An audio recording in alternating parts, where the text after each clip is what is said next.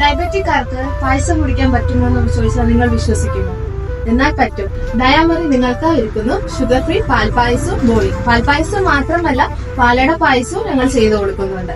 നമ്മൾ ഇതിൽ പഞ്ചസാരയ്ക്ക് പകരം ഉപയോഗിക്കുന്നത് ഷുഗർ ഫ്രീ സ്വീറ്റ്നർ ആണ്.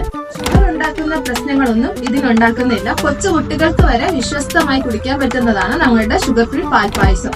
അതുപോലെ തന്നെ ബോളിയും.